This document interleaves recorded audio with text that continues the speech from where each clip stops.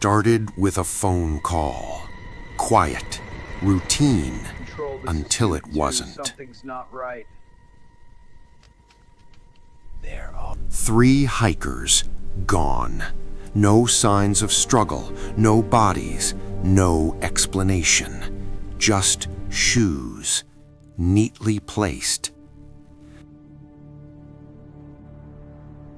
Cases like this aren't new. In fact, they've been reported for decades across the Appalachian Mountains. Thousands of disappearances, many never solved.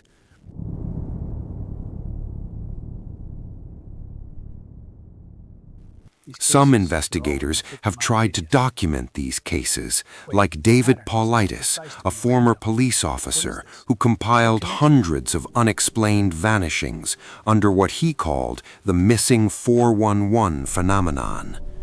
Victims who vanished without a trace, often near forests, near water, or in areas where search dogs suddenly stopped tracking. Detective Aaron Cole didn't believe in patterns. He believed in evidence, and this case had none.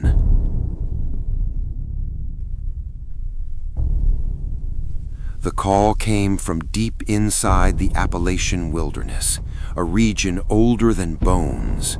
Some scientists say these mountains are among the oldest on Earth, older than the Rockies, older than the Alps. A place where time itself feels worn thin. When Aaron arrived, the forest didn't feel empty. It felt aware.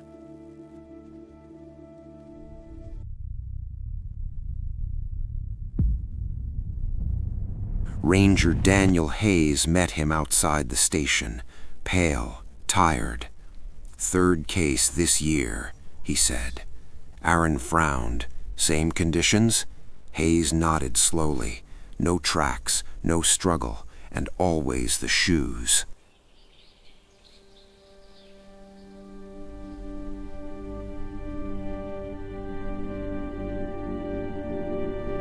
That detail wasn't new either.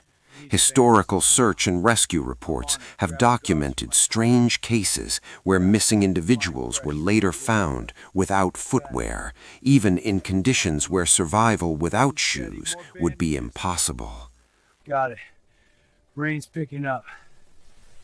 Wrap it tight. We need to move. Almost there. Thunder's close. They hiked for hours, and with every step, the forest grew quieter. Researchers studying wilderness disappearances have noted something strange. Right before many vanishings, witnesses report an unnatural silence. No birds, no insects, as if the forest itself shuts down. Aaron felt it now. That silence, heavy, suffocating. Then, footsteps. Behind them. He turned. Nothing. They reached the clearing. 3 pairs of shoes, placed side by side. Perfect, untouched. Aaron crouched. No dirt, no damage. Then he saw something else. A symbol, carved in a tree. Strange markings like this have been reported in multiple missing person cases across national parks. Some resemble old tribal symbols, others have no known origin. "Don't touch it," Hayes said quickly. Aaron looked up. "Why?" The ranger hesitated. In 1987, a volunteer searcher found markings like that. Aaron stared. What happened? They found him 2 days later. Alive? Yes, but he couldn't speak. Aaron didn't believe in curses, but he didn't touch the symbol. That night, he started reading old case files, reports from the National Park Service, missing hikers, children, experienced outdoorsmen, gone without explanation. One case caught his attention. A boy who vanished in seconds while his parents stood just feet away. He was found miles away hours later, claiming a man in the trees had carried him. Route converges here. He was in the trees. He carried me. I was lost. He lifted me up. We went so far. I don't know where. At 2:17 a.m., Aaron woke up. Not to a sound, but to silence. Total, suffocating silence. Then, a whisper. "Find me." Aaron sat up, heart racing. The room was empty, but the air felt wrong.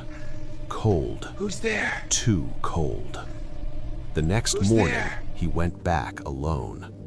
This time, the forest felt different. Darker. Watching. The clearing was empty.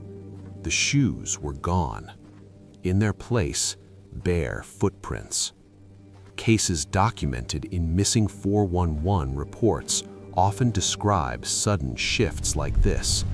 Objects appearing, disappearing, as if reality itself is unstable. Aaron followed the prints, step by step.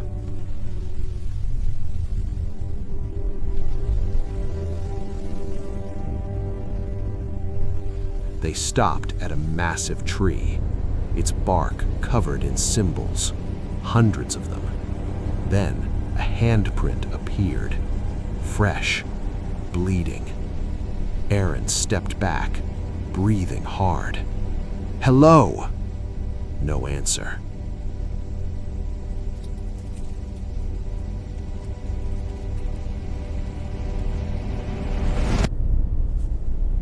Then, movement between the trees. Figures. Tall. Too thin. Wrong. Descriptions like these aren't uncommon. Across North America, folklore speaks of forest entities, watchers, mimics, things that observe before they take.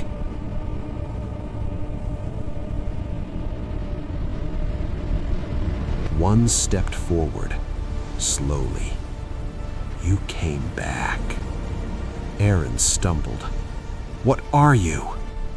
"You're not supposed to remember." The ground beneath him pulsed. The forest shifted. And then, memories. Not his.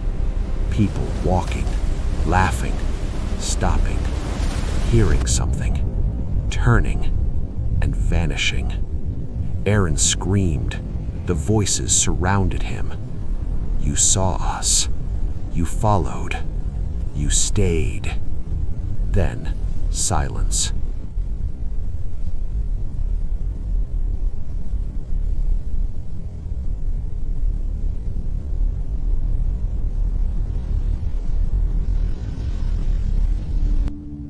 When the search team found Aaron 3 days later, he was sitting in the clearing, alone. No shoes, no footprints, no symbols, just him. They asked him what happened, who took the hikers, what he saw. Aaron only said one thing, over and over again. "They're not missing. They're still here."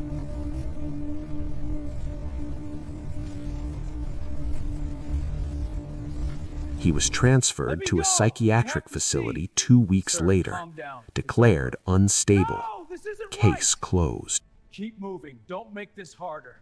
I won't let you bury this. But the disappearances didn't stop. Even today, cases matching these patterns are still reported. Unexplained vanishings in forests across America. And in the Appalachian Mountains, they still happen. Same silence, same patterns, same shoes. And sometimes, if you listen carefully, deep in the woods, you might hear it. A whisper right behind you.